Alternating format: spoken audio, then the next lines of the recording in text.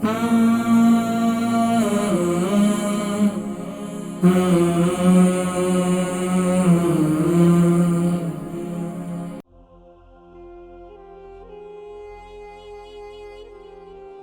گلے میں بھی تکلیف رہتی ہے اور اس کے علاوہ ان کو سردی بہت لگتی ہے، کچھ بتائیں، شامل کرتے ہیں جی۔ السلام علیکم۔ ہلو، وعلیکم السلام۔ جی ماشاءاللہ، کون اور کہاں سے؟ نام، عمر، وزن؟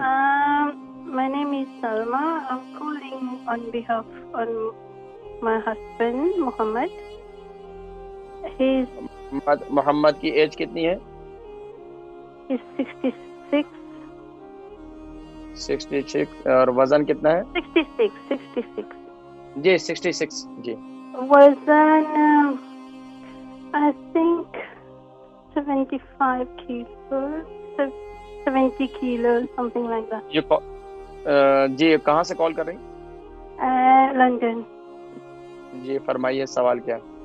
Yeah, you know, we went to Umrah last year, came back in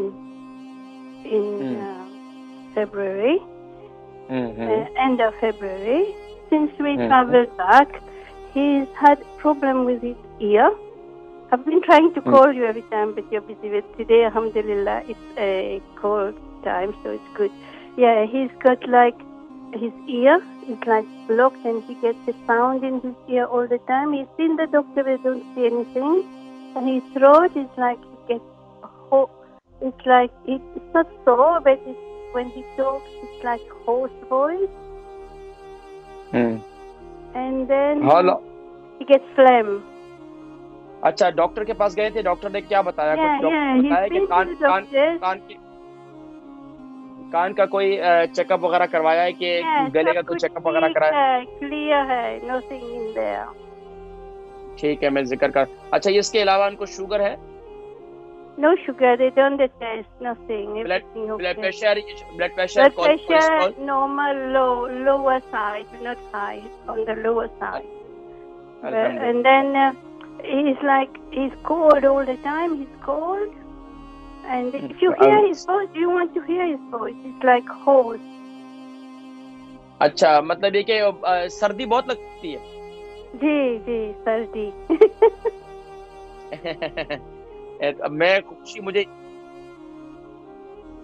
میں ذکر کرتا ہوں، بہت شکریہ کال کرنے کا، جزاکم اللہ خیر۔ بہن سائمہ، ان کے شوہر ہیں محمد، ان کی عمر 66 ہے اور 75 kg ان کا وزن ہے۔ کہتی ہیں عمرے سے واپسی پر ان کے کان میں آوازیں آتی تھی، پھر اب گلے میں بھی تکلیف رہتی ہے اور اس کے علاوہ ان کو سردی بہت لگتی ہے، کچھ بتائیں۔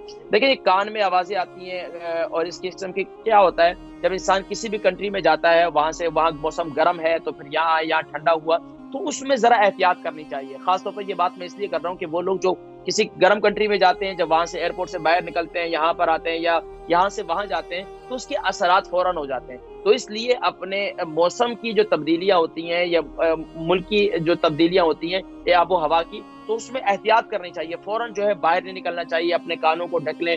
آپ کو پتہ ہے باہر کا ویدر ایسا ہوگا، ٹھنڈا ہے یا گرم ہے، تو اپنے آپ کو اسی طرح مینٹین کریں، اپنے آپ کو، اپنے سر کو خاص طور پر سنبھال کے رکھیں کہ اگر آپ یہاں سے گئے ٹھنڈی کنٹری سے اور گرم کنٹری میں باہر نکلیں تو وہاں بہت زیادہ گرمی ہے، تو آپ نے کہا باہر نکالو بھائی، ٹھیک ہے آج ابھی گرمی، دھوپ لگے زبردست قسم کی، تو وہاں آپ بیمار ہو سکتے ہیں۔ یکدم جو ہے ٹھنڈے سے گرم کی طرف جانا، گرم سے ٹھنڈے کی طرف آنا، تو اس سے بہت سی بیماری جنم لیتی ہے۔ لیکن پریشان ہونے کی ضرورت نہیں ہے، آپ ناف کے اندر کلونجی کا تیل استعمال کرنا شروع کر دیں، کلونجی کا تیل ناف میں ضرور لگایا کریں۔ اس کے علاوہ کان کے اندر بھی آپ کلونجی کا تیل ڈالیں، خالص کلونجی کا تیل ہو وہ آپ کان کے اندر ڈالیں، اور رات کو سوتے وقت آپ کلونجی کے پانی کے غرارے یا پھر کلونجی کے تیل کے غرارے یا پھر کلونجی کا پانی یعنی کہ 1 ٹی اسپون آپ کلونجی ڈال دیں اور 1 ٹی اسپون آپ اس میں پنک سالٹ ڈال دیں، اس کعوے کو خوب اچھی طریقے سے ابالیں، اس سے جو ہے آپ اپنا یعنی کہ کوشش کریں کہ اپنے گلے کے غرارے کریں، تو انشاءاللہ آپ کی یہ تکلیف انشاءاللہ دور ہو جائے گی۔ اس کے علاوہ سردی بہت لگتی ہے تو کوشش کریں کچھ ایکسرسائز وغیرہ کریں۔